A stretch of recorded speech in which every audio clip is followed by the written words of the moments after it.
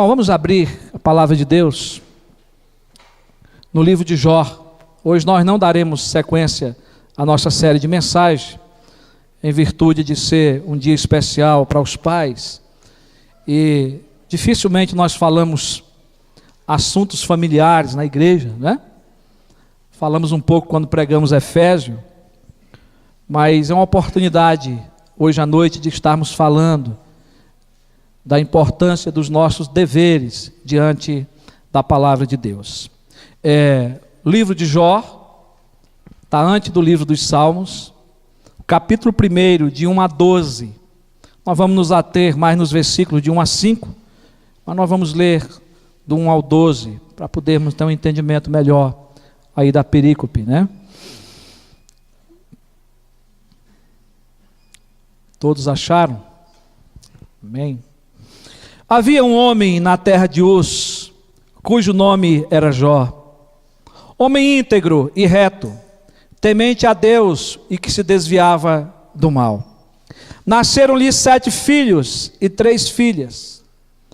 Possuía 7.000 ovelhas, 3.000 camelos, 500 juntas de boi e 500 jumentas.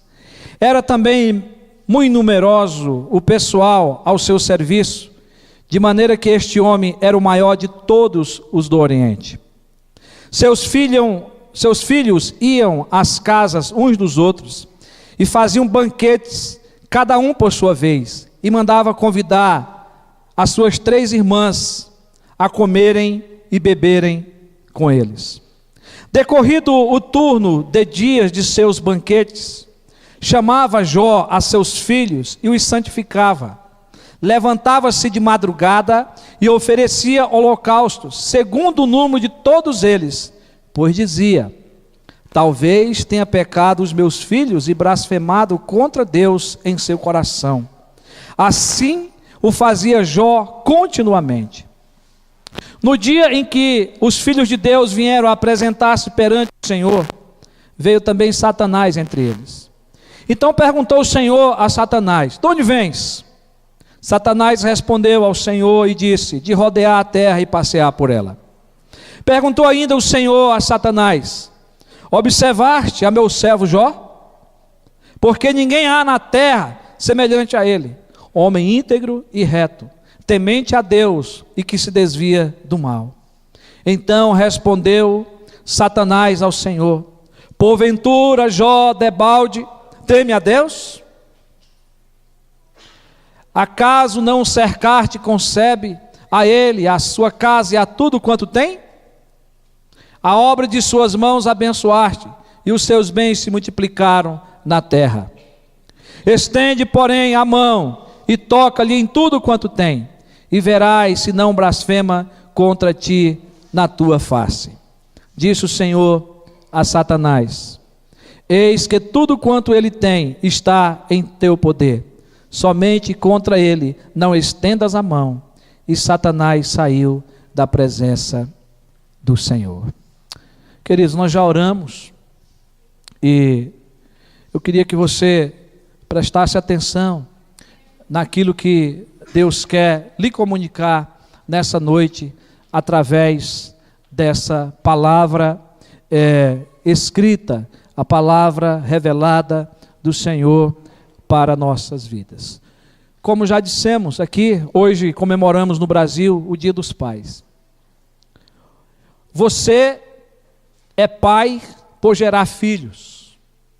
Você pode ser pai quando você adota um filho, e você pode ser pai quando você se torna um padrasto.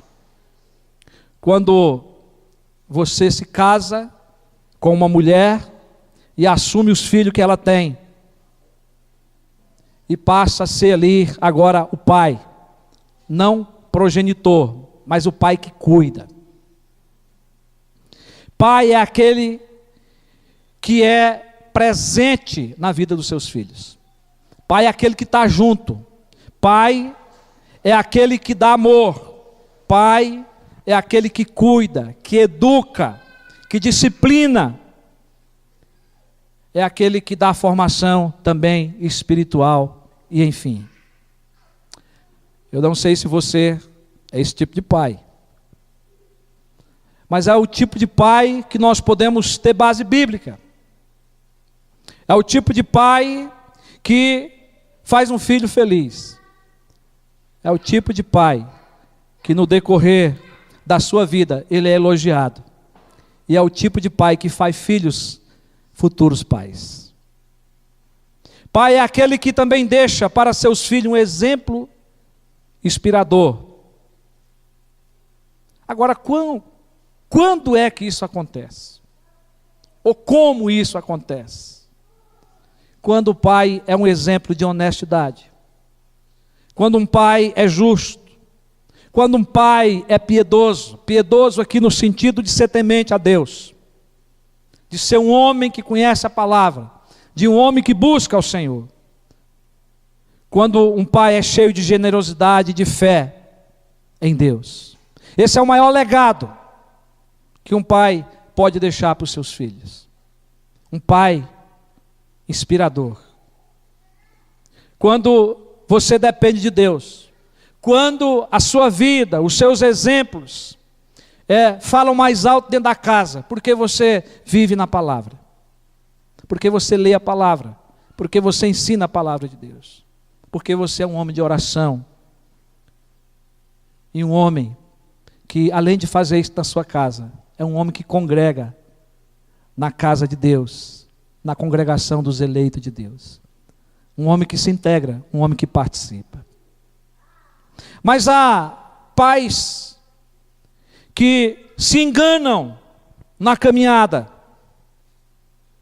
Há pais que acham que ser pai é dar um tênis de marca, uma roupa de grife, uma viagem para a Disney, um curso no exterior, né? Um carro do ano, quem sabe até uma Ferrari, e por aí vai. Não que você podendo fazer isso, você não deva fazer, mas é que muitos desses pais trocam a sua autoridade e o seu dever por bens materiais. Quantos pais têm perdido seus filhos por agir dessa forma? Por dar o melhor para os filhos, tudo que os filhos querem, tudo que os filhos pedem. Há pais que vivem uma vida dupla, meus irmãos. Na sociedade, no trabalho, na igreja, são os melhores pais, mas em casa são monstros. Em casa é um desastre, não dá atenção para os filhos, não educa, não disciplina, e muitas vezes espancam com palavras, com açoites, pensando que isso é disciplina, mas isso não vai mudar o filho, porque falta amor, porque falta tempo, falta dedicação. Por não ensinar a palavra, por não viver a palavra, não se tem como demonstrar o amor por seus filhos. O maior legado para os filhos são o exemplo de vida sua. É o maior legado que você pode deixar para os seus filhos.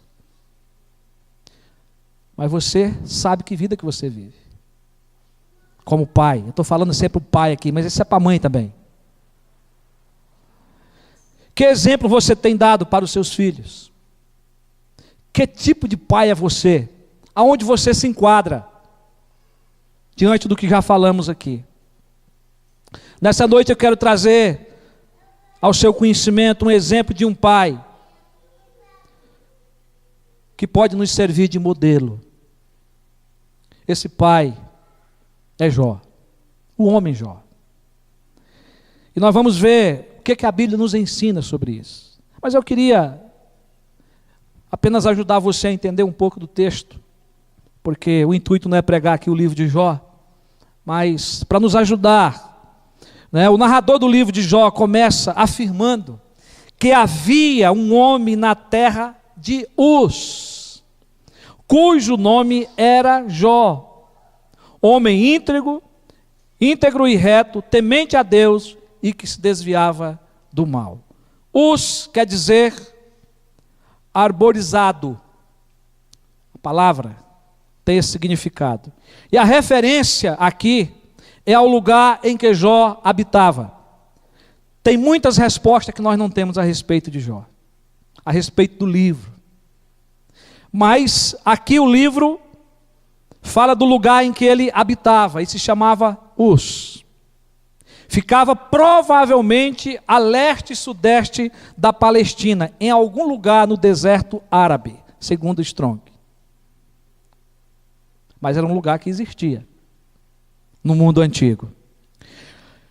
Jó é um personagem comprovadamente histórico na Bíblia. Você não precisa abrir sua Bíblia, mas se você quiser anotar para você ler em casa, está lá em Ezequiel 14:14, fala de Jó. Lá no versículo 20 também fala de Jó. E Tiago também cita Jó. Tiago 5:11. Então Jó existiu. Amém? A Bíblia é a palavra de Deus, então a gente tem que conferir com a Bíblia. Então tanto o profeta Ezequiel como Tiago fala de Jó. E o que a Bíblia nos traz aí é que Jó foi um homem completamente piedoso. Está aí no versículo 1. Homem íntegro e reto, temente a Deus e que se desviava do mal. E eu quero aqui destacar na narração desse texto que quanto à sua piedade, a sua vida de piedade com Deus, há 3 aspectos aqui que se deve considerar. Primeiramente, ele era piedoso individualmente. Quando ele estava sozinho com Deus, ele cuidava da sua vida, porque a Bíblia diz que ele era um homem íntegro e reto, temente a Deus, que se desviava do mal. A primeira olhada que nós temos que dar para esse texto é para o homem Jó. Esqueça a família, esqueça os filhos. Ele é um homem, ele presta conta com Deus, ele vive. E a Bíblia diz que ele é esse homem piedoso, esse homem que serve ao Senhor, esse homem que adora a Deus, esse homem que dedica a sua vida a Deus, e ele dedica de forma justa, de forma reta, de forma temente a Deus. Mas outro aspecto a se considerar aqui é que ele é piedoso com a sua família. O versículo 4 e 5, que nós vamos depois estar desenvolvendo melhor para vocês, trata da responsabilidade espiritual de Jó com a sua família. Jó cuida espiritualmente da sua família. Jó investe tempo na sua família. Deus o tinha como um homem piedoso, esse é o terceiro aspecto. Porque tanto no versículo 1 como 8 é o próprio Deus que dá a referência dele. E se você vê também no capítulo 2, o versículo 3, Deus também dá referência de Jó. É o próprio Deus que está dizendo que ele é um homem piedoso. É o próprio Deus que está descrevendo a vida de Jó.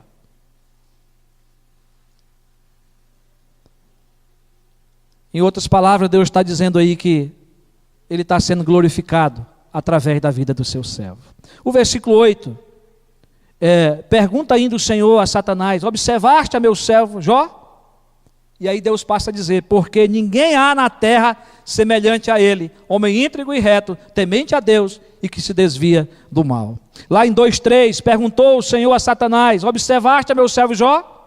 Porque ninguém há na terra semelhante a ele, homem íntegro e reto e temente a Deus e que se desvia do mal.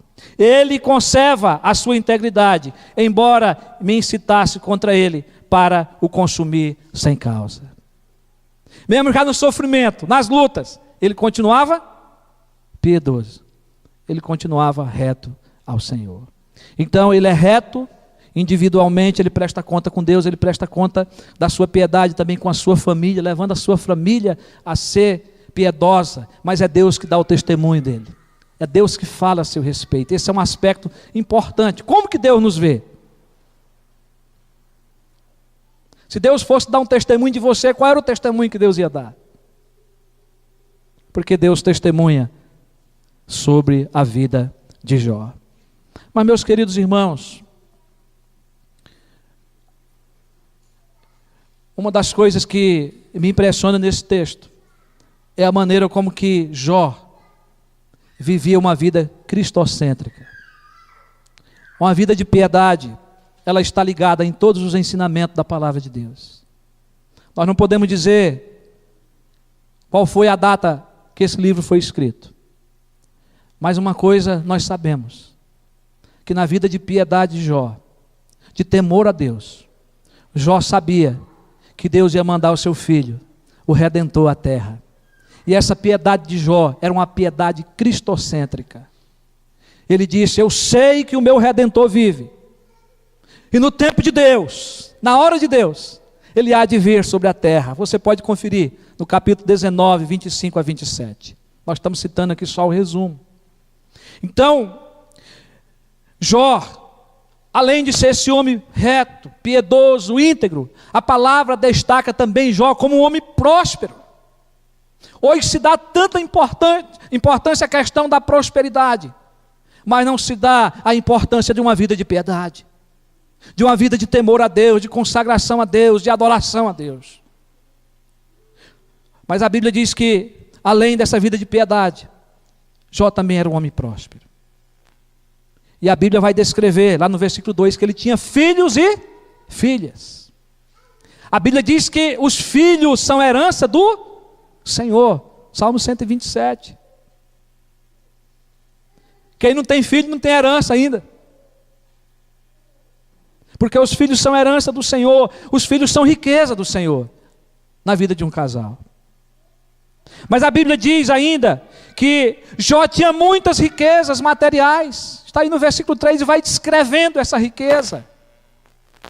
E prosperidade, ela vai mais além, porque quando você é próspero, você tem muitas pessoas ao seu redor, que lhe servem, que se alegram com você. E aí vai ter o relato no texto, que Jó tinha essa quantidade de pessoas que estavam com ele, que lhe servia, que trabalhavam com ele. A verdade é que Jó era um homem temente a Deus em todos os sentidos. E Deus assim lhe abençoava. Um exemplo de vida piedosa, um modelo de vida com Deus, um modelo de um pai exemplar. E é daqui que eu quero tirar o tema para essa noite. Jó, um pai exemplar. E aí nós perguntamos, o que qualificava Jó ser um pai exemplar? Aqui no texto, o que qualifica Jó ser esse pai exemplar? Você é um pai exemplar? Nós temos que buscar resposta nesse texto, para saber por que Jó se qualificava como um pai exemplar. E aí, meus irmãos, como nós já colocamos aqui, a primeira resposta que nós temos é que Jó é um pai exemplar, porque ele vivia uma vida de integridade. A sua vida era uma vida íntegra. E agora nós vamos ler o versículo 1 novamente. Diz que Jó era um homem íntegro e reto e temente a Deus, que desviava do mal. Versículo 8, 2, 3, o próprio Deus está testemunhando a respeito dele. A palavra íntegro em hebraico é tam, e significa ser perfeito, completo e íntegro. É uma pessoa moralmente inocente, que tem integridade, uma pessoa moral e eticamente pura. E aí você pode descrever vários adjetivos a essa pessoa. A palavra reto, em hebraico, que é yashar, ou yasha, eu não sei muito falar hebraico, mas, né? E significa reto, mas reto significa também honesto, correto, direito, justo. A palavra é sinônima com a outra, vocês estão percebendo, né? Ser íntegro e ser reto quer dizer a mesma coisa. E aí aparece a palavra temente, que em hebraico é yare, e significa ser reverente, ser temente, ser medroso. Então, Jó era um homem justo diante de Deus diante da sua família, diante dos seus servos, diante do mundo da época, Jó era um homem justo, um homem bom, um homem correto, um homem direito, um homem reto, reverente, temente a Deus. E o temer aqui no sentido de ter medo de Deus, por Deus ser o Todo-Poderoso, por Deus ser o soberano sobre os céus e sobre a terra, e sobre a sua vida, e sobre tudo que ele tinha. E quando você vai ler todo o livro de Jó, você vai ver que Jó vai falar muito sobre a soberania de Deus. E vai no final, não é, da sua vida, da sua história, se prostrar diante de Deus dizendo: eu só te conhecia de ouvir, mas agora os meus olhos te veem. É o Deus Todo-Poderoso, irmão, que dá esses conceitos de Jó. Jó era o único na terra, naquele tempo, com essas qualidades. Ele tinha um caráter irrepreensível. Ele era um exemplo para a sua família. Ele era um modelo para os seus filhos. Na educação, na disciplina. O ensino era um fundamental pelo exemplo da vida que ele dava. Porque se Deus estava dizendo isso a respeito dele, as pessoas estavam também vendo essas qualidades na sua vida. E isso fazia toda a diferença na sua família, na criação dos seus filhos. E sabe o que isso quer dizer? Que Jó vivia, que Jó praticava aquilo que ele ensinava. Toda a educação que dava aos seus filhos estava fundamentada com a sua prática de vida, com o seu dia a dia, com o seu testemunho. A Bíblia, irmãos, nos revela outro exemplo de um homem e pai com essas qualidades. Nós não sabemos se ele viveu pouco tempo antes de Jó, mas foi um homem que passou por uma grande transição, que foi Noé. E a Bíblia, quando fala de Noé, está lá no capítulo 6 de Gênesis, nos versículos de 7 a 10. Disse o Senhor: farei desaparecer da face da terra o homem que criei, o homem e o animal, os répteis e as aves dos céus, porque me arrependo de o haver feito. Porém, Noé achou graça diante do Senhor. Eis a história de Noé. Noé era homem justo e íntegro entre os seus contemporâneos. Noé andava com Deus. Gerou 3 filhos, Sem, Cã e Jafé.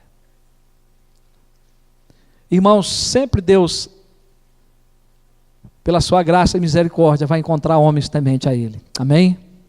Na história. Deus resolve destruir o mundo, mas tem um homem que achou graça diante de Deus. Um homem que era temente a Deus. Um homem que era íntegro. Um homem que era reto perante o Senhor. Um homem que andava com Deus. Agora, meus irmãos, é preciso entender que todos nós somos pecadores. Que Jó e Noé, citados aqui, também pecaram. Mas eles creram no Deus justo. E eles creram que Deus prometeu o seu filho, o Messias que viria, o totalmente justo, o totalmente íntegro e sem pecado, para ser o nosso Salvador e o nosso justificador. E nós sabemos que Jesus veio. E hoje nós podemos também buscar sermos homens e pais íntegros, retos e justos perante o Senhor. Porque isso é possível, porque nós olhamos para Cristo. E Deus já nos justificou através do sacrifício de Cristo. E agora, transformado em servo de Deus, Paulo, em Filipenses, no capítulo 4, versículo 8. Paulo vai escrever e dizer: finalmente, irmãos, tudo que é verdadeiro, tudo que é respeitável, tudo que é justo, tudo que é puro, tudo que é amável, tudo o que é de boa fama, se alguma virtude há, e se algum louvor existe, seja isso que ocupe o vosso pensamento. Se você tem Jesus, você pode ter uma vida de integridade. Você pode ser um homem e uma mulher piedoso, uma mulher piedosa. Mas é preciso você viver uma vida na palavra, uma vida de oração, uma vida que Deus possa ocupar o primeiro lugar. É preciso, meus irmãos. E Paulo ainda escrevendo em Tito, no capítulo 2, de 12 a 14, Paulo diz assim: educando-nos para que, renegadas as impiedades e as paixões mundanas, eu deixo para trás, vivamos no presente século, para nós hoje, para mim e para você agora. De que forma? Sensata, justa e piedosa. Então é possível, porque a palavra de Deus está nos ensinando. Agora, isso só vai acontecer, meus irmãos, se a nossa esperança estiver em Cristo Jesus. E é o que vai nos dizer o versículo 13 e 14, Paulo vai concluindo, dizendo: aguardando a bendita esperança e a manifestação da glória do nosso Deus e Salvador Jesus Cristo, a qual a si mesmo se deu por nós, a fim de nos redimirmos de toda iniquidade e purificar para si mesmo um povo exclusivamente seu, zeloso de boas obras. Querido papai, o seu filho vai olhar para a sua vida de integridade todos os dias da sua vida. Se você viver uma vida íntegra, se você viver uma vida piedosa, seus filhos vão seguir o seu exemplo. Nós podemos perguntar de novo o que qualificava Jó ser um pai exemplar. E a segunda resposta que nós temos é que Jó, ele tirava tempo para ensinar seus filhos a serem amigos uns dos outros. Ele educava os seus filhos a ser amigos uns dos outros. Irmãos, hoje tem muita família dividida. Estou falando de família de sangue. Quantos pais que não se dão com os filhos, com os cônjuges? Os filhos entre si, os irmãos entre si não se dão. E esse texto é um modelo de que isso depende do pai, ou dos pais, de investir no relacionamento dos seus filhos. Olha o que diz o versículo 4. Seus filhos iam às casas uns dos outros filhos, eram muitos irmãos, 7 filhos e 3 filhas, são 10 filhos. Versículo 2, fala aí. Então, seus filhos iam às casas uns dos outros e faziam banquetes, cada um por sua vez. Nunca todos faziam festa nas suas casas. Eles reuniam na casa de um, depois reuniam na casa do outro, outro dia na casa do outro, porque eles queriam estar juntos. E diz que eles faziam isso e mandavam convidar as suas 3 irmãs a comerem e a beberem com eles. Eu não sei qual foi a última vez que os pais juntaram os filhos, ou que aconselharam a seus filhos estarem junto com os outros irmãos. Talvez na sua casa você seja filho único. Não é possível isso acontecer. Mas numa família grande, são os pais que têm que ensinar os filhos a viver em união. Irmãos, a vida maravilhosa que esses filhos tinham nos deixa a desejar essa vontade para a nossa família também. Eu sou de uma família de muitos irmãos. De muitos irmãos. Mas como que é difícil hoje se reunir? Não é só por causa da distância, mas são os interesses que nos dividem, não é? Mas faltou muito o investimento também dos pais de ensinar isso. A importância de estarem juntos. E o que nos leva a entender, meus irmãos, que havia aqui uma amizade, havia um compromisso recíproco entre eles, de estarem juntos, de gozarem com alegria os momentos importantes da vida, a alegria de partilhar o pão, E aos pais é quem implantam isso nos seus filhos. Jó é esse exemplo. Certamente cultivou boa amizade com seus filhos, os ensinou a serem amigos uns dos outros. Meus irmãos, isso é tudo de belo. Ver irmãos unidos e felizes. Quando os pais investem nos relacionamentos dos filhos, na comunhão, na unidade, a harmonia, e os frutos vão vir. Eu já vi irmãos serem tão unidos, que quando um vai construir a casa, todos estão juntos. Eu já vi irmãos tão unidos, que quando iam colher uma colheita, todos os irmãos se reuniam para estarem juntos. Sabe por quê? Porque o pai ensinou e porque o pai estava junto.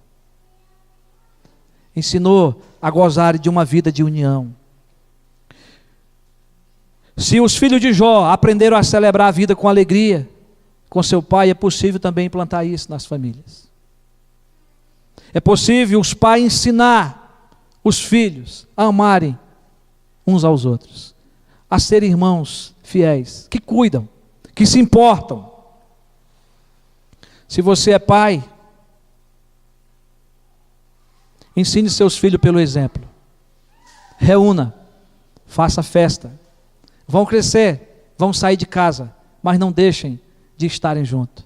Ensine seus filhos a se amarem, a valorizar o tempo de um para com o outro, a viver em comunhão, a viver em família.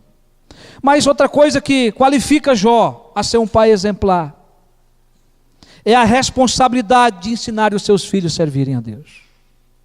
E aqui está o maior segredo da vida.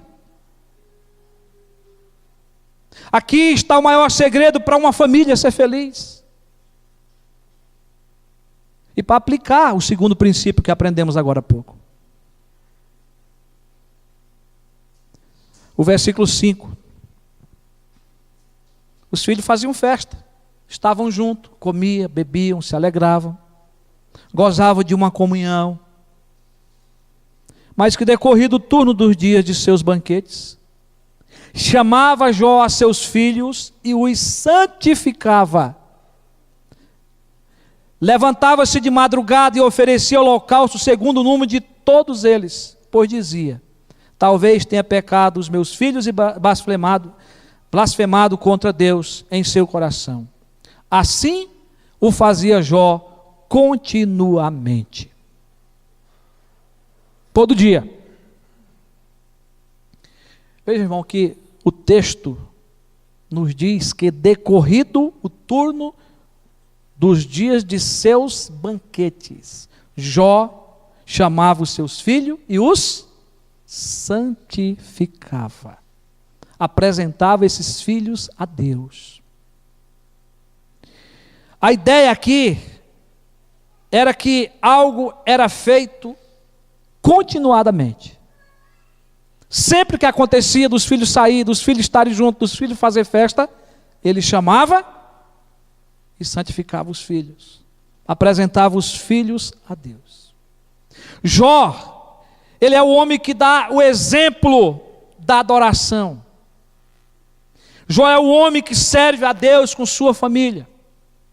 Jó é o homem que chama seus filhos para adorar, para servirem a Deus, para se prostrarem diante de Deus e reconhecer que são pecadores e que precisam da santificação, da purificação dos seus pecados. Fazia isso desde a infância, porque diz que era contínuo, era sempre. Então isso continuou no passar dos anos da sua família. Ele não abria mão de sua responsabilidade em educar, em santificar, em exortar, em confrontar e abençoar os seus filhos na presença de Deus. Isso é dever do pai. Ele fez isso mesmo depois que eles eram adultos.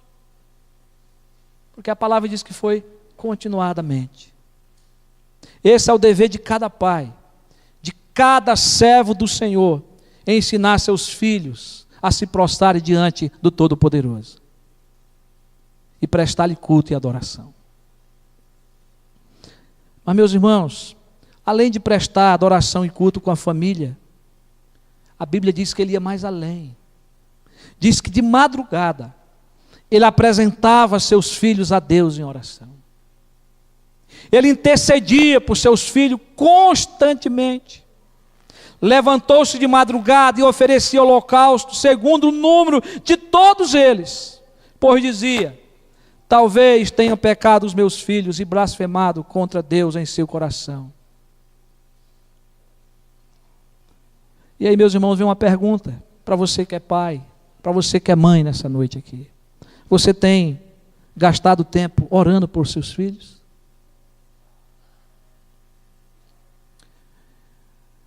Essa semana eu falei com minha mãe e hoje ainda não falei com meu pai. E sempre que eu falo com minha mãe, ela fala: meu filho, hoje eu orei por você. Sempre que eu falo com meu pai, ele diz: meu filho, eu tenho orado por você. Isso é muito prazeroso para o meu coração, meus irmãos. E diz a Bíblia que Jó fazia isso todo dia. Às vezes desistimos do que é correto fazermos em favor dos filhos, em favor da nossa família. O papel espiritual, sacerdotal, pastoral é seu, pai. Não é do outro. Não é do pastor. Não é do presbítero, do professor de escola dominical. É seu. É seu. Você é o sacerdote, você é o pastor da sua casa. É você que tem que interceder, orar pelos seus filhos, chamar eles, colocar para sentar ao redor da mesa, ler a palavra, orar, ensinar as verdades da palavra de Deus. Esse é um direito que Deus lhe deu e que Deus vai cobrar de você. É você que tem que ensinar os seus filhos o caminho do Senhor. É você que tem que interceder por eles. Aonde o pai não é crente, a mãe tem que assumir. Quando o pai não faz, mesmo sendo crente, se você é mãe, você tem que fazer. Mas os filhos precisam ser assistidos pelo ensino da palavra de Deus. Meus irmãos, nós temos exemplo de pais que intercederam a Jesus por seus filhos. Interessante que a oração, quando Jesus esteve aqui na terra, era direto com ele, né? Ninguém mandava recado para Deus. Ia direto com Jesus. E algo que nós podemos identificar é uma oração de um oficial de um rei em Cafarnaum. Ele chegou para Jesus e disse: Senhor, desce antes que meu filho morra. E Jesus lhe disse: vai, teu filho vive. E diz que aquele homem creu na resposta da oração. E ele foi. E quando ele chegou em casa, o seu filho estava curado. Pai que intercedeu a Jesus em favor do seu filho. Está lá em João 4, 46 a 54. Outro homem muito conhecido é Jairo. História bonita a história de Jairo. Num momento de sofrimento da vida. A filha de Jairo tinha 12 anos, já tinha padecido na mão de vários médicos. A doença se alastrava. Ela estava à beira da morte. E Jairo vai atrás de Jesus. E Jairo intercede quando encontra Jesus em favor da sua filha. Diz a Bíblia que ele se prostrou aos seus pés e insistentemente lhe suplicou que salvasse a sua filha da morte. Ele intercede em favor da sua filha, Jesus, e ele crê que Jesus podia curar a sua filha. Os irmãos conhecem a história. Jesus vai com ele. Jesus é interrompido pela mulher hemorrágica. Nós não sabemos quanto tempo, mas diz que enquanto Jesus cuidava da mulher, chegaram alguns dos seus e disseram: olha, larga o mestre, vamos embora, tua filha já morreu. E Jesus, ouvindo aquilo, olha para Jairo e disse para Jairo: crê somente. E os irmãos sabem o que aconteceram. Jesus depois vai para a casa de Jairo e ressuscita a filha de Jairo. Porque um pai se preocupou em salvar sua filha. Um pai que se preocupou em interceder em favor da sua filha. Um pai que foi buscar a cura para sua filha. A responsabilidade de pai vai muito mais além, meus irmãos. Ser pai não é fácil. Mas há uma necessidade muito grande de pais intercessores. De pais que se prostrem em favor dos seus filhos. De pais que sacrifiquem. Hoje não é preciso mais, né? Mas o seu sacrifício hoje é se prostrar diante do Senhor e adorar e cultuar a Deus. Porque Jesus foi o último sacrifício aceito por Deus. O último a derramar o seu sangue por nós. Mas agora nós podemos nos prostrar e orar